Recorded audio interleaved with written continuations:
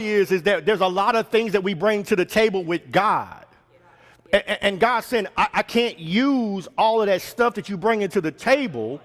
And when you're using all of this old history and all this old stuff, like the judges were doing, all these opinions and all these things that you've heard about me, you went to the tree and seen if I was there. You went to the rock to see if I was there. And you went to the tree to tell me to do what you wanted me to do.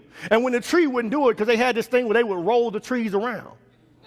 So they didn't, because sometimes they traveled, and so they would take their gods with them.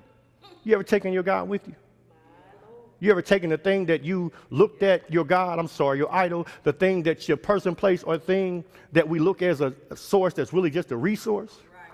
The thing that we put too much emphasis on, too much of any good thing can be bad for you. I was in Central State years ago working in mental health, and one of the things I found out was that drinking too much water is bad for you.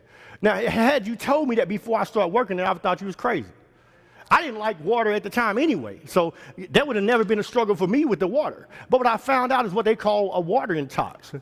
That if you could drink, people would gain up to 15 to 25 pounds a day off of water.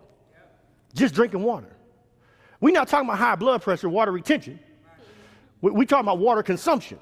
They're going after water, and so we would watch it, and so what happened is I seen a former client of mine that when they closed Central State one night, a client, they said, it drowned over in Williamsburg at the lake.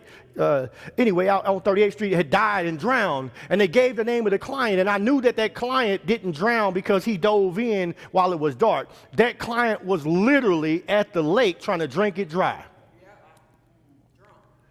He died because he had a water addiction. Too much of any good thing is harmful to you. And sometimes God says that we can take things that start off as good that God has provided, because He provided everything, and we'll take that resource and try to make it a source.